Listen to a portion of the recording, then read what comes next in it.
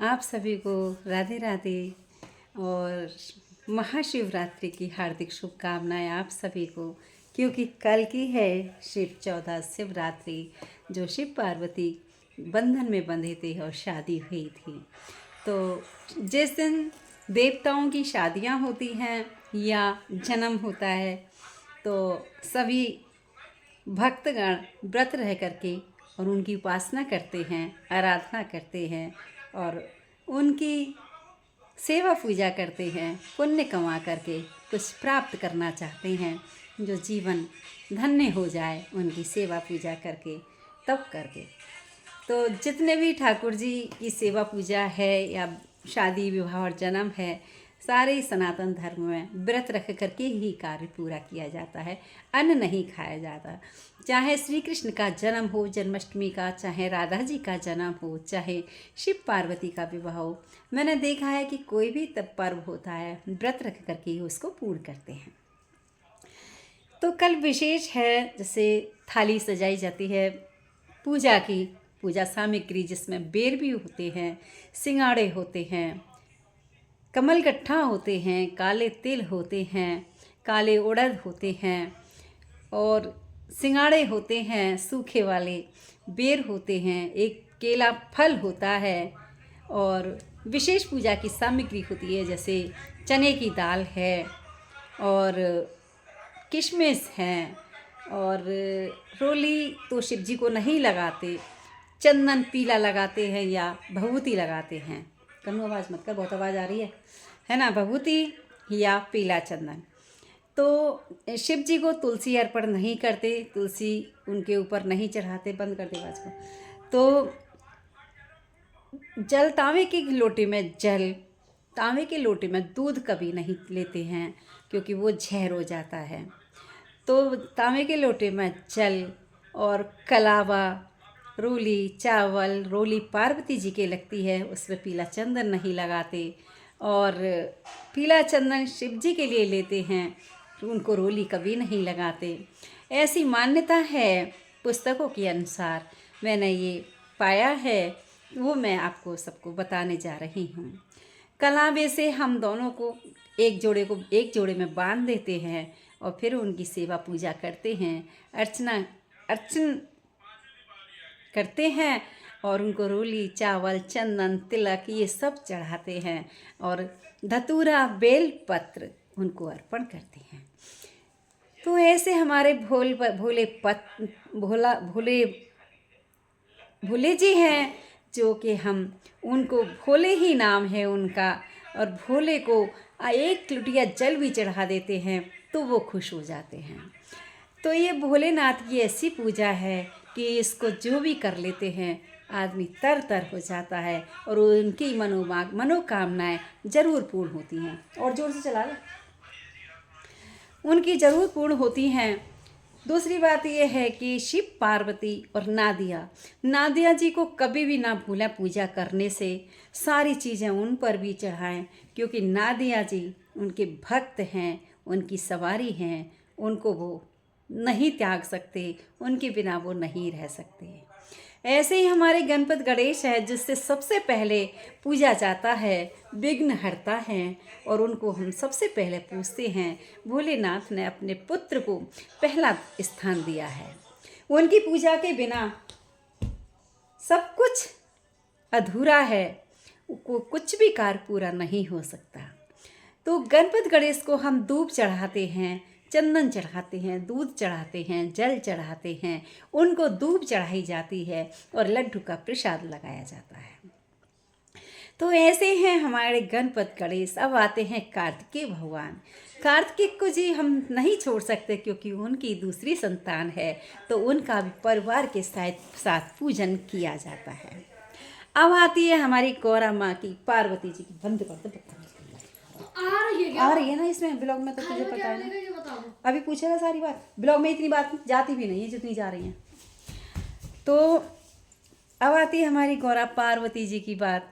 गौरा पार्वती जी के साथ कैसा पूजन अर्चन करना चाहिए भोलेनाथ जी के साथ में, क्यों कि वो हमारी सुहाग माता हैं, वही हमारा सुहाग अमर करती हैं। मैं तो अपने दिल से बोलती हूँ, हे मेरी गौरा माँ पार्वती माता, हम सभी का सुहाग अमर रखना, हम अमर करना, और हम आपकी शरण हैं। हमसे अगर कोई पूजा पाठ में भूल भी हो जाए तो आप हमें क्षमा कर देना। तो ऐसी हैं गौरा पार्वती माँ। तो उनको भी कलावा लेकर के शिव जी तक उनको पहनाना है, और उसके बाद में रूली से तिलक करना है, एक बिंदी लगानी है, और उसके बाद मांग भरनी है, फिर हाथों में मेहंदी लगानी है, पैरों में महावर लगानी है। चाहे आप सभी रोली से ही लगा दें, लेकिन ये सब करना बहुत ज़रूरी है। उसके बाद में चावल से पूजा करें, साबुत चावल होने चाहिए, क्योंकि पूजा में टूटे चावल निषेध हैं। तो टूटे चावल नहीं चढ़ाए जाते, साबुत चावल ही पूजा में लेकर जाए। तो हम चावल से उनका पूजन करते हैं। एक गुलाब का फूल रेड कलर का कोई उन लक्ष्मी माँ को, गौरा माँ को हम अर्पण करते हैं प्यार के साथ में। माँ क्या सुंदर लगती हैं। हम चने की दाल माँ को अर्पण करते हैं, हम किशमिश उनके लिए अर्पण करते हैं। रूली चावल हमने कर ही दिया तो माँ हमारी क्यों नहीं खुश होंगी। और भजन भी है पार्वती जी का, वो गौरा जी का, उसको भी आप गाते जाएं और सेवा पूजा करते जाएं। इतने इतने प्यारे प्यारे भजन हैं कि बस मैं एक किसी वीडियो में आपको ज़रूर दूंगी। जो वो बिनती वाला भजन है, उस बिनती को करते जाइए और उनकी सेवा पूजा करती जाइए। क्यों कि भगवान हमारी बिनती को ज़रूर सुनते हैं। ऐसा हो ही नहीं सकता कि बिनती को नहीं सुनते। तो दोस्तों, हमें ज़रूर सेवा पूजा अपने प्यार, प्रेम और भाव से, मन से करनी चाहिए। क्यों कि ये तो सब हमारा जो हम वस्तु चढ़ाते हैं उसमें प्यार छुपा होता है भगवान के लिए, उसमें भाव छुपा होता है, इसलिए ये वस्तु चढ़ाई जाती है।